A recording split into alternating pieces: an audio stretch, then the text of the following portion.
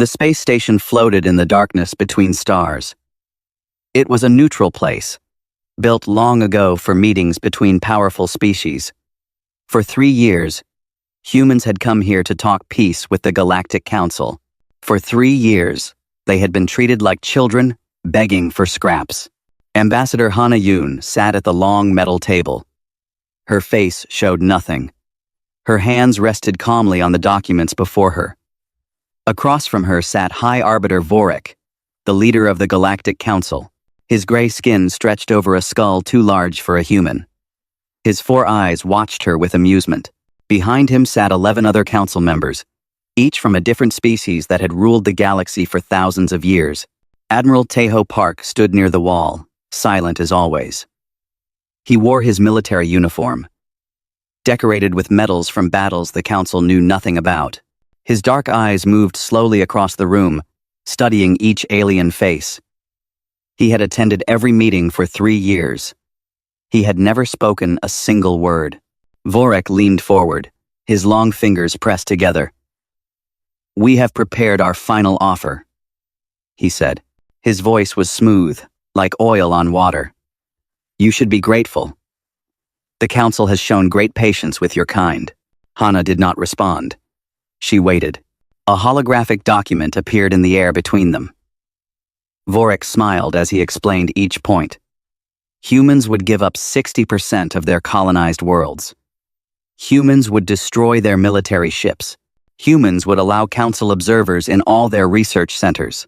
In return, the council would protect humanity and allow limited trade. "This is generous," Vorik said. "More generous than you deserve." Hana thought about New Busan. She thought about the day, 3 years ago, when council warships appeared above that peaceful colony world. She thought about the 30,000 people who died in a single afternoon. Families, children, old people who had traveled across the stars to build new homes.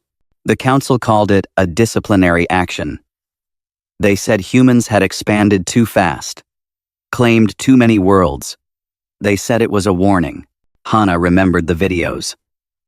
The burning cities, the ships firing on evacuation, transports filled with civilians, the mass graves that took months to dig.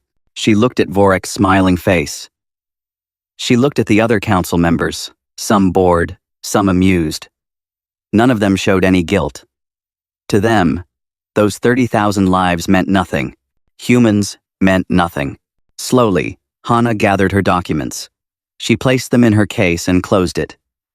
Beside her, Admiral Taeho straightened his uniform and stepped away from the wall. Vorik's smile faltered. "What are you doing?" Hana stood. Her chair made no sound as she pushed it back. She looked at Vorik one last time. Her voice was calm and quiet. "We are done." She turned and walked toward the door. Taeho followed her, his boots clicking against the metal floor. The room fell silent. The council members looked at each other in confusion. Councillor Thalis, a tall being with blue scales, laughed nervously. "Let them go. They will return when hunger sets in. Their little worlds cannot survive without galactic trade." Vorik nodded, his confidence returning. "Yes, they are emotional creatures. They need time to accept reality. Within one cycle, they will come back, begging for whatever terms we offer." The door closed behind the 2 humans. Only one council member did not laugh. Elder Nelos was ancient, even by galactic standards. His species had watched the rise and fall of empires for 100,000 years. He had seen proud civilizations crumble. He had seen weak species become strong, and he had studied humanity carefully. "We should call them back," Nelos said quietly. Vorik waved his hand. "Why?" "They have no choice. Their fleet is small. Their technology is primitive. They are alone in a galaxy that belongs to us." Nelos shook his head slowly. "You do not understand. I have read their history. This species does not beg. They do not surrender. When they go quiet, it does not mean they have given up." "Then what does it mean?" Thalis asked, still smiling. Nelos looked at the closed door. A cold feeling spread through his old bones. It means they have made a decision, and we will not like what they have decided. The council laughed. Vorek ordered food and drinks to celebrate the coming human surrender. They talked about which human worlds they would claim, which resources they would take. Far below, in the station's docking bay, Hana and Teho walked toward their shuttle. Their footsteps echoed in the empty corridor. Neither spoke until they were inside the ship, the doors sealed behind them. Hana sat down heavily. For the first time in 3 years, she let her mask fall. Her hands were shaking. 3 years, she whispered. 3 years of smiling at the creatures who murdered our people. Teho sat across from her. His face was still calm, but his eyes burned with something cold and hard. You did well. You gave them every chance. Did I? Hana looked at him. Or did I just waste time while they laughed at us? No. Teho leaned forward. You showed the galaxy that we tried. You showed them that we wanted peace. When history is written, everyone will know that we did not start this war. We did not want it. They forced us into it. Hana was quiet for a long moment. Outside the window, the space station grew smaller as their shuttle pulled away. So it begins, she said. Tringer fine. Teho nodded. He opened his communicator and sent a single coded message to Earth. 3 words that would change the galaxy forever. The message was simple. Green light, begin. Somewhere in human space, shipyards that had been working in secret for 3 years increased their production. Training camps activated. Scientists who had been studying captured council technology prepared their reports. 100 billion humans across dozens of worlds received the news. Peace had failed. The council had chosen war. Now humanity would show them what that choice truly meant. The shuttle jumped to faster than light speed, carrying Hana and Teho home. Behind them, the council continued their celebration. Blind to the storm that was coming, they would learn soon enough. 6 months passed. The Galactic Council waited for the humans to return. Every day, Vorek expected a message, a plea, a desperate request to reopen talks. Every day, there was only silence. Human space went dark. Their borders closed like a fist. Trade ships that tried to enter were turned away without explanation. Communication channels that had been open for years suddenly went dead. It was as if humanity had simply vanished. At first, the council did not worry. They are sulking, Vorek told the others. Like children who did not get what they wanted. They will grow hungry soon. Vorek. But weeks turned into months. The silence continued. Councillor Thalos was the first to feel real concern. His species, the Neth, controlled a vast trade empire. They had grown rich by moving goods between star systems. But now, important trade routes through human space were closed. Worse, a rare mineral called Varium, found only on human worlds, was running out. Without Varium, Neth technology would fail within years.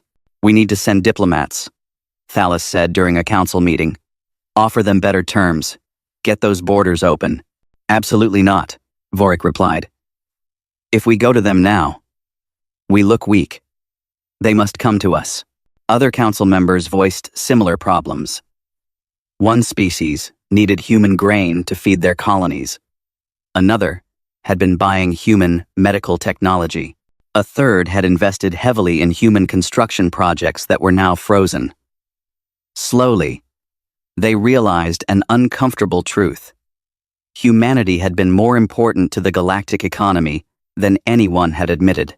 Warlord Crix, the council's military commander, slammed his fist on the table. He was a massive creature, covered in thick red plates like armor. His species had been warriors for 10,000 years.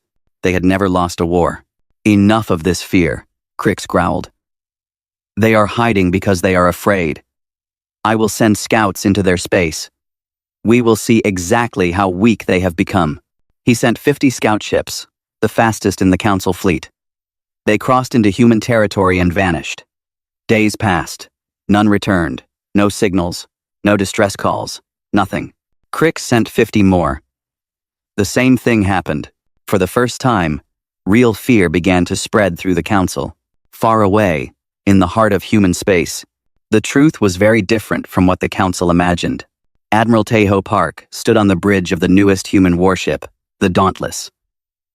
Around him, dozens of officers worked at their stations. Through the massive windows, he could see an entire fleet being built. Hundreds of ships, each one larger and more powerful than anything humans had made before. Every shipyard in human space was working day and night. Factories that once made civilian goods now produced weapons. Mining operations ran at full speed, pulling metals from asteroids and moons. 100 billion humans worked together with a single purpose. Dr. Sora Beck walked onto the bridge. She was a small woman with tired eyes and messy hair. She had not slept more than 4 hours a night for 6 months. In her hands, she carried a data pad filled with research results. "Admiral," she said, "the new shield technology is ready. We tested it against captured council weapons. Their standard guns cannot penetrate it." Tejo nodded. "And the drive systems? Working better than expected. Our ships can now enter and exit faster than light travel almost instantly. Council ships need several minutes to charge their drives. This gives us a massive advantage." Captain Minho Kang looked up from his tactical display. He was young for his rank, but his eyes were sharp. He had survived New Busan. He had watched his family die. He had sworn an oath that their deaths would not be meaningless. "Admiral, what about their numbers?" Minho asked. "The Council has thousands of warships. We have hundreds." Tejo smiled slightly. "Numbers are not everything, Captain. Their ships are built for intimidation, not real war. They have not faced a serious enemy in centuries. They have forgotten what it means to fight someone who will not surrender." General Junho Shin appeared on the main screen. He was on the ground, training troops in a forest that looked nothing like any world the Council had ever seen. Behind him, human soldiers moved through the trees like ghosts. "Admiral," Junho reported, "ground forces are ready. We have developed new tactics based on our history: guerrilla warfare, ambush techniques, psychological operations. The Council has never faced anything like this. Their soldiers are trained to fight other large armies in open fields. They will not know how to handle us." Tejo looked at his team. Scientists, soldiers, pilots, engineers. All of them had lost someone at New Busan. All of them carried that wound, but instead of breaking them, it had made them stronger. It had united them. "The Council thinks we are starving," Tejo said quietly. "They think we are fighting among ourselves. They think we are weak because we are young. They are wrong. Humanity has faced extinction before. We survived ice ages. We survived plagues. We survived wars that killed millions. Every time, we came back stronger." He turned to face the fleet outside the window. "In 3 months, we will be ready. And then the Council will learn a lesson they will never forget." Back on the Council homeworld, Elder Nelos once again requested a meeting with Vorek. This time, his voice shook with urgency. "Call for peace," Nelos begged. "Real peace. Offer them everything they want. Return their people's ashes. Apologize for New Busan. Do whatever it takes." Vorek laughed. "You are old, Nelos. Your fear has made you foolish. My age has made me wise," Nelos replied. "I have seen this before. A quiet enemy is a dangerous enemy. Every day they are silent. They are growing stronger. Every day we wait, our doom comes closer." Vorek dismissed him with a wave. Nelos walked slowly back to his chambers. He looked up at the stars and whispered a prayer to gods he had not believed in for centuries. "Forgive us," he said. "We did not know what we were doing." But deep down, he knew the truth. They had known exactly what they were doing. when they burned New Busan. They simply had not cared. Now the price for that arrogance was coming, and it would be higher than anyone could imagine. The attack came without warning. Theron Prime was the industrial heart of the Galactic Council. Massive factories covered its surface. Shipyards floated in orbit, building the warships that kept the Council in power. 200 million workers lived there, producing weapons and machines for the empire that had ruled the galaxy for millennia. It was supposed to be untouchable. It was deep inside Council territory, protected by defense stations and a permanent fleet of 300 warships. No enemy had ever come close to threatening it. Then the sky filled with human ships. 3,000 warships appeared from faster-than-light travel at the same moment. They arrived in perfect formation, already in attack positions. Weapons, already powered. The Council defenders had never seen anything like it. Their own ships needed minutes to prepare after exiting light speed. The humans needed seconds. Admiral Taeho Park stood on the bridge of the Dauntless. His voice was calm as he gave the order to broadcast a message to the planet below. People of Theron Prime, this is Admiral Park of the United Earth Fleet. You have 1 hour to evacuate civilian areas. Military targets will be destroyed. Civilian areas will not be harmed. This is your only warning. Use your time wisely. Warlord Crix was on his flagship, the Conqueror, when the alert came. He rushed to the bridge, his armored body crashing through crew members who moved too slowly. When he saw the tactical display, he stopped. His 4 eyes went wide. Impossible, he whispered. The human fleet was everywhere. They moved in patterns that Crix had never seen, formations that seemed random but created overlapping fields of fire. Their ships were smaller than Council vessels, but they moved faster and turned sharper. All ships, attack formation, Crix roared. Destroy them. The Council fleet moved forward. 300 ships against 3,000 seemed like bad odds. But Crix had faith in Council technology. Their shields were the strongest in the galaxy. Their weapons had crushed 100 species. The two fleets met. And everything Crix believed was proven wrong. Human weapons cut through Council shields like they were not there. Dr. Sora Bake had spent years studying captured Council technology, finding weaknesses, developing counters. The new human weapons were designed specifically to bypass shield frequencies. Council ships that expected to absorb damage exploded on the first hit. Captain Minho Kang led the fighter squadrons. His small ship danced between enemy vessels, targeting engines, weapons, command centers. Human fighters were piloted by real people, not automatic systems. They could think, adapt, take risks that no computer would ever try. Council defensive systems, designed to fight predictable drone swarms, could not track them. Focus on their command ships, Minho ordered his pilots. Cut off the head, and the body dies. One by one, the Council command vessels fell. Without orders, the remaining ships fell into chaos. Some tried to retreat. Some surrendered. Some fought bravely but uselessly against an enemy that was simply better. Below, on the planet's surface, General Junho Shin led the ground assault. Human Marines dropped from orbit in small pods, landing directly on military bases. They moved in small teams, using speed and surprise instead of overwhelming force. Council ground troops were trained to fight in lines, like armies from ancient times.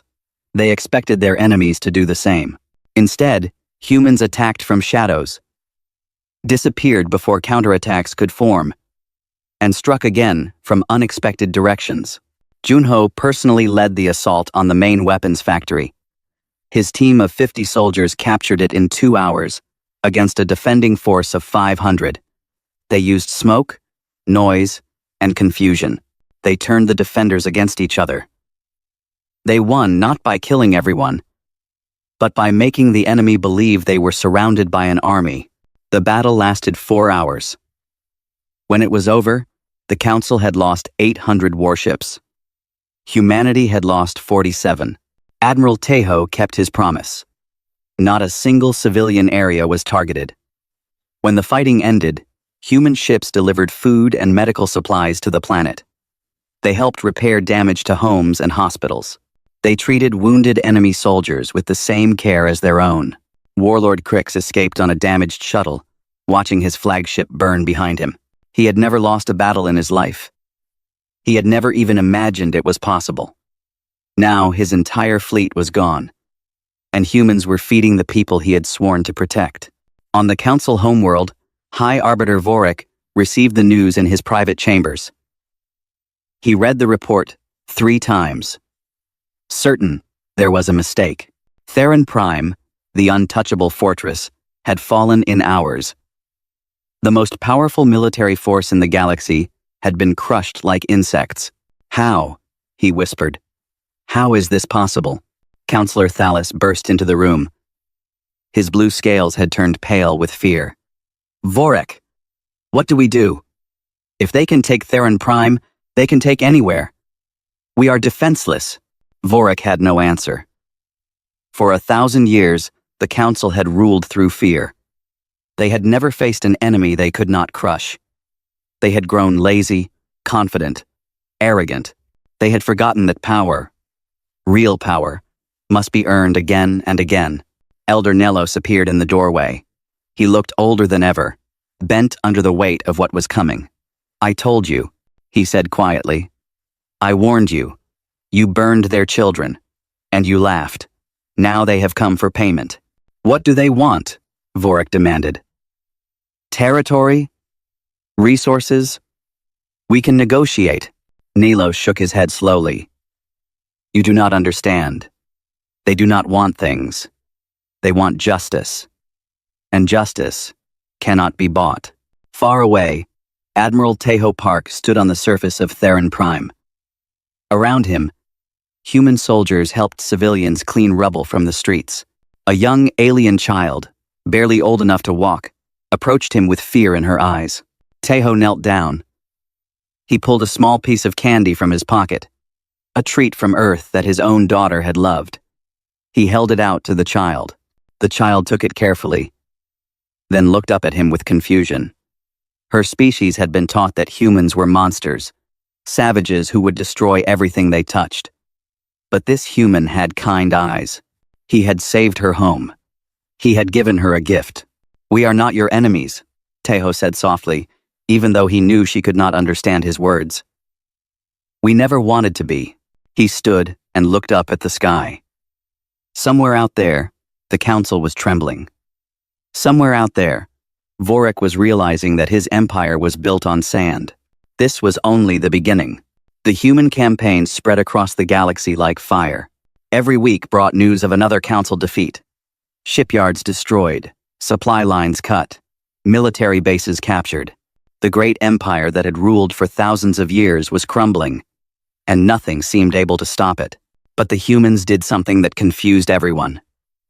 They did not conquer. They did not occupy. They did not enslave. They struck military targets with terrible precision, then withdrew. They left planets intact, populations unharmed, governments still functioning. Admiral Tejo Park was careful. Every target was chosen for military value. Every civilian area was avoided. Every prisoner was treated fairly. He knew that the galaxy was watching. He knew that history would judge not just whether humanity won, but how they won. Ambassador Hana Yoon returned to the public eye. But this time, she was not asking for peace. She was telling the truth. Her face appeared on screens across the galaxy, broadcast on frequencies the Council could not block. She spoke in dozens of alien languages. Her words translated by the best human linguists. People of the Galactic Council, she said, you have been told that humans are monsters. You have been told that we attacked without reason. This is a lie. Behind her, footage began to play. The burning cities of New Busan. Council warships firing on civilian transports. Mass graves being dug by survivors. Children's bodies lying in the streets. 30,000 dead in a single afternoon. Your leaders did this, Hana continued. They killed our people to send a message. They expected us to bow. Instead, we stood up. We are not fighting for territory or power. We are fighting because your rulers gave us no other choice. The effect was immediate. Species that had lived under council rule for centuries began to question their leaders. Many of them had suffered similar treatment. Many of them had lost their own people to disciplinary actions. They saw themselves in humanity's pain. Rebellions began to spark on a dozen worlds. Small at first, but growing. The council suddenly faced enemies on all sides. Not just the humans, but their own subjects turning against them. High Arbiter Vorik called an emergency council meeting. The Great Chamber, once filled with confident rulers, now held frightened leaders who saw their power slipping away. We must counterattack, Warlord Crix declared. He had rebuilt his forces, gathering every ship that could fly. One massive strike. Everything we have. We will crush them with numbers. Alone. Numbers did not save Theron Prime, Councillor Thalas said bitterly. We were caught by surprise.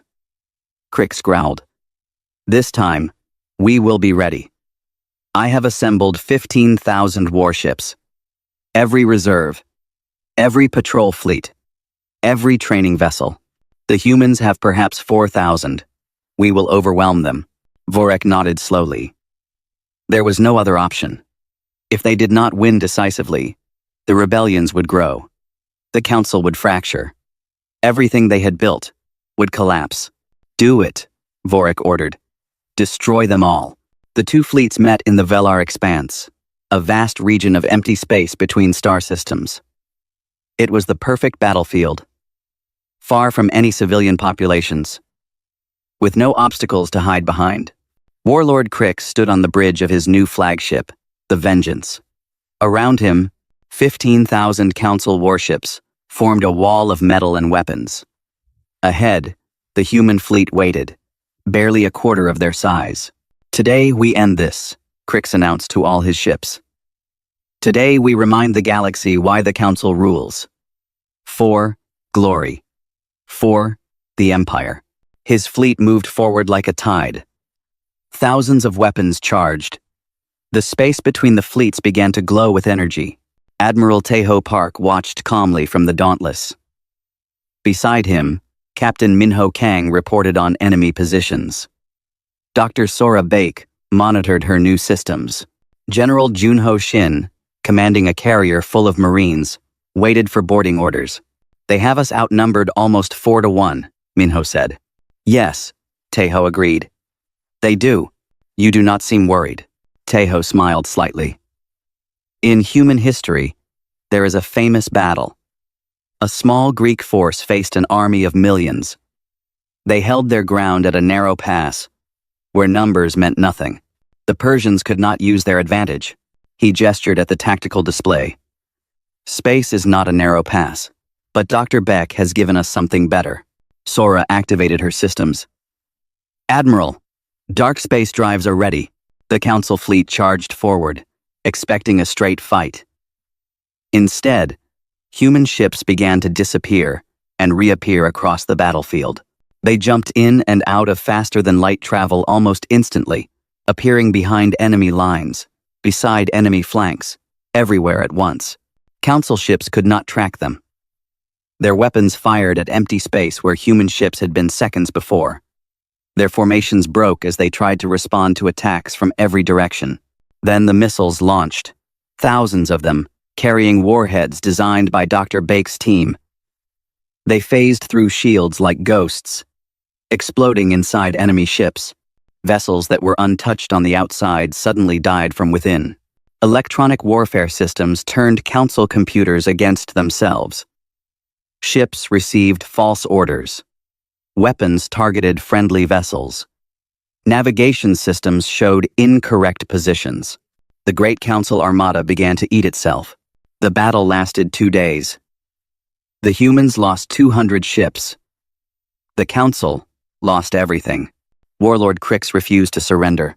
He stood on the bridge of the Vengeance as fires burned around him. His crew begged him to escape. He ignored them. I will not run, he said. "I will not be remembered as a coward." He died when his flagship exploded, still giving orders to a fleet that no longer existed. When it was over, Admiral Tejo ordered his ships to rescue survivors from destroyed Council vessels. Thousands of enemy soldiers were pulled from the wreckage, given medical care, treated as prisoners of war rather than enemies to be killed. "Why?" a captured Council officer asked. Tejo looked at him. "Because we are not you. We fight because we must. We do not enjoy it, and we will not become monsters to defeat monsters." The officer had no response. He had been taught his entire life that mercy was weakness. Now he was alive because of that weakness. Back on the Council homeworld, Vorik received the final report. His military was destroyed. His empire was in rebellion. His allies had abandoned him. He sat alone in his chamber, staring at nothing, understanding at last what he had done. He had awakened something he could not control. And now, it was coming for him. The Council homeworld had never been invaded. For 10,000 years, it had been the center of galactic power, untouchable and eternal. Now human ships filled its sky like stars, silent and waiting. High Arbiter Vorik sat alone in the Great Council chamber. The seats around him were empty. Most of the other council members had fled, trying to reach their home systems before the collapse became complete. Some had been captured. Some had disappeared. Only Vorik remained, because he had nowhere else to go. The doors opened. Ambassador Hanayun walked in, followed by Admiral Tejo Park. Behind them came Elder Nilos, the only council member who had chosen to stay. Vorik looked up at them. He had expected anger, hatred, and demands for blood. Instead, he saw only calm determination on the human faces. Somehow, that was worse. "Have you come to kill me?" Vorik asked. His voice was tired, empty of its old arrogance. Hana shook her head. "No. Then what? Public execution, torture, humiliation before the galaxy? None of those things." Hana sat down across from him, in the same position she had held 3 years ago, when she had walked out of peace talks. "We came to end this war." She placed a document on the table between them. Real paper, printed with human words, translated into the Council's language below. "These are our terms," Hana said. "Read them."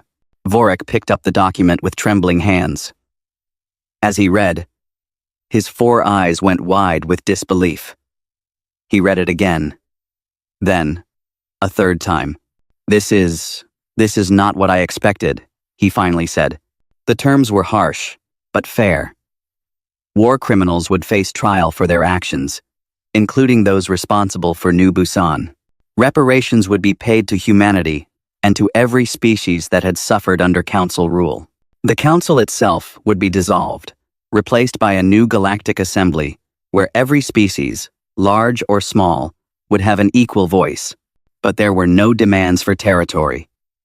No claims of ownership over Council worlds. No requirements for humans to rule over anyone.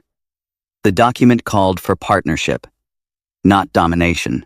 "You could take everything," Vorik whispered. "Your fleet surrounds my world. Your soldiers could march through my streets. You could burn this place the way we burned yours." "Why not?" Admiral Tejo spoke for the first time. "Because we are not you." Vorik flinched as if struck. "We did not want this war," Tejo continued.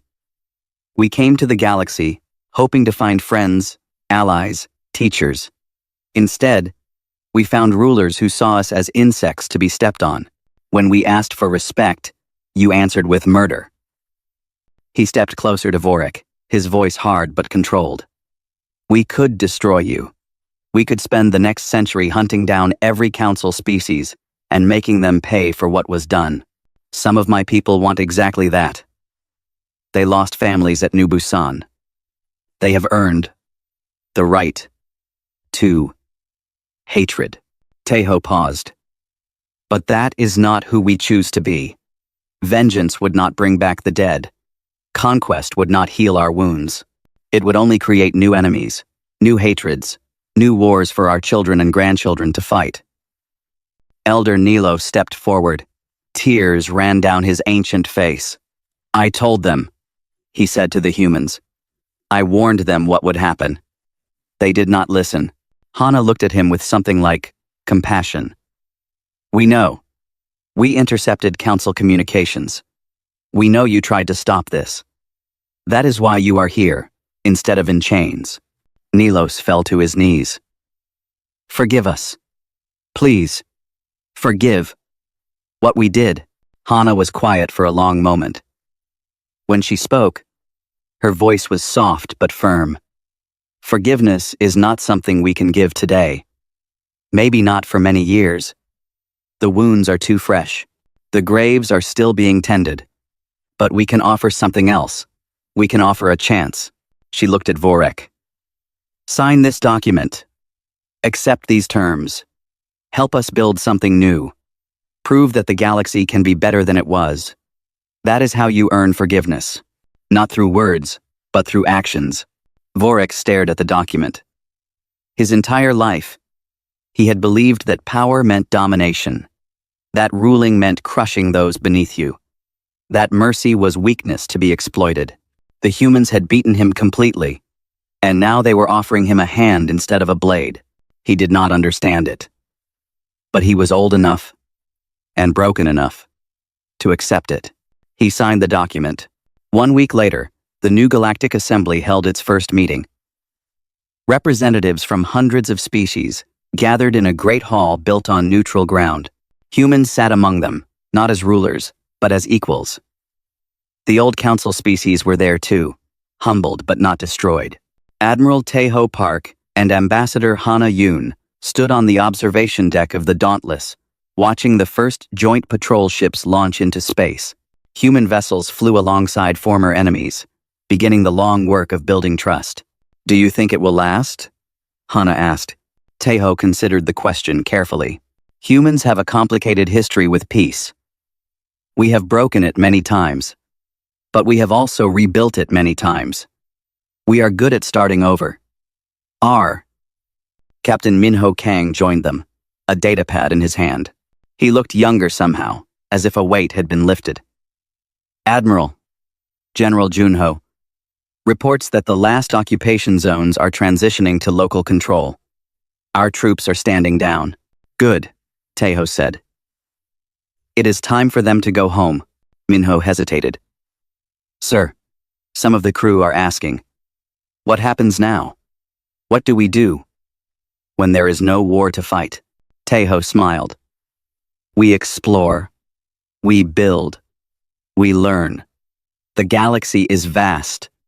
Minho, there are stars we have never seen, worlds we have never walked, mysteries we have never solved.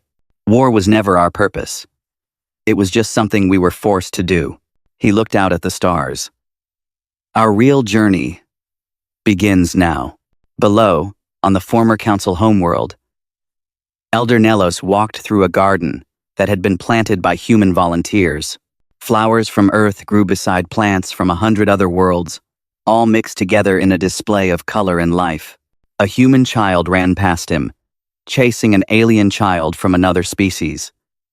They were laughing together, playing a game that needed no translation. They did not care about wars or empires or ancient hatreds. They only cared about the joy of the moment. Nilos watched them and felt something he had not felt in centuries. Hope. Humanity had won the war. But more importantly, they had chosen not to continue it. They had proven that strength and mercy could exist together. They had shown the galaxy a different way. The universe would never see them as primitives again. They would never be dismissed or ignored or underestimated. But they would also not be feared as conquerors or tyrants. They would be remembered as something rarer and more valuable. A species that had every reason for revenge and chose peace instead. And that, perhaps, was the greatest victory of all.